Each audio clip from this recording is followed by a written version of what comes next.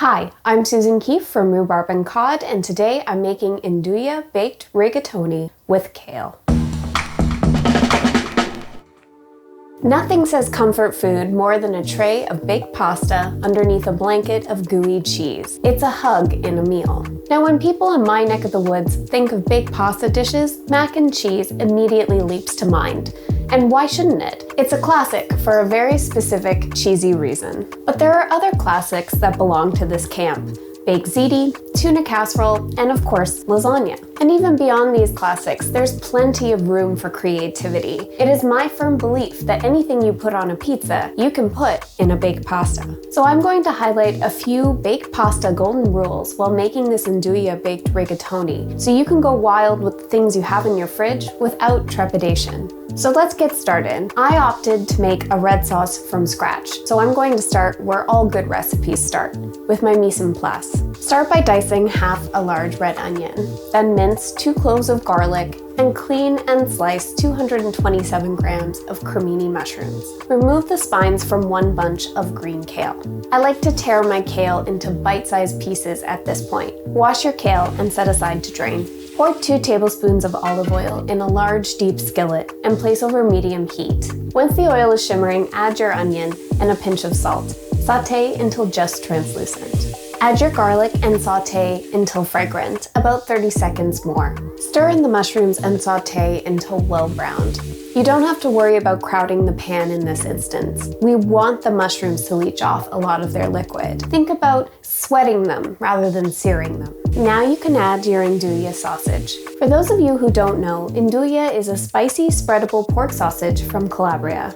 I like using it in pasta sauces because it pretty much melts into them, giving it a funky, smoky flavor and an unctuous texture. If nduja doesn't appeal to you or you can't find it, you can substitute it for the sausage of your choice. Just be sure to remove it from its casings, brown it in the pan, and remove it prior to cooking your onions. You can add the sausage back into the sauce just before adding your pasta. Alternatively, if you're a vegetarian, you can substitute the nduja for 1 heaping tablespoon of Calabrian chili paste. Once the nduja has melted into the vegetables, add a 1.5 teaspoons of crushed red pepper flakes. This is optional, by the way. Finally, add 1 tablespoon of tomato paste and sauté briefly. Deglaze the pan with half a cup of dry white wine. Add 1 can of whole tomatoes with their juices. Crush the tomatoes with the back of your spoon and bring the mixture up to a boil. Add 1 teaspoon of dried oregano, 1 teaspoon of dried basil, and 2 bay leaves, and reduce the mixture to a simmer. Let cook for 20 to 25 minutes or until reduced by half. When the sauce is halfway through its cook time, preheat the oven to 375 degrees Fahrenheit and place a large pot of water on to boil. Once the sauce is reduced by half, add 1 cup of pitted black olives and stir to combine. Start adding the kale in batches, waiting for each addition to wilt before adding more. Once the kale is integrated, take the sauce off of the heat and set aside. This is a good time to test for seasoning. I find when sauces have a lot of salty additions like olives or sausage, it's a good idea to adjust your seasoning with salt or sugar once everything is in the sauce. Now, you don't have to make a red sauce from scratch. You could simply sauté onions, sausage, mushrooms, and kale in a skillet and pour in a bottled sauce. This is a good option when you're short on time or you have leftover sauce that you need to use. Pour 450 grams of dried rigatoni into salted boiling water. When making baked pasta, you want to undercook your pasta, so I suggest taking it off when it's just a little too al dente for your taste. If you're not sure how to gauge it, a good place to start is by knocking 2 minutes off of the package's suggested cook time.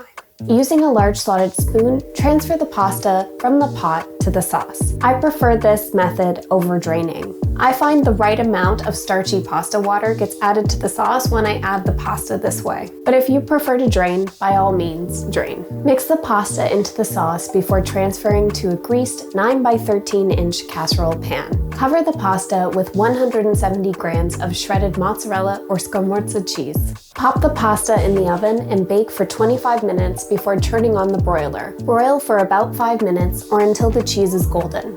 Make sure you keep an eye on it. Dishes can easily get away from you when under the broiler. Sprinkle the baked rigatoni with a few more crushed red pepper flakes and let stand for 10 minutes before serving. And that's it! Nduja baked rigatoni with kale. Something else happens. Bye! And that's it. Nduja baked rigatoni with kale.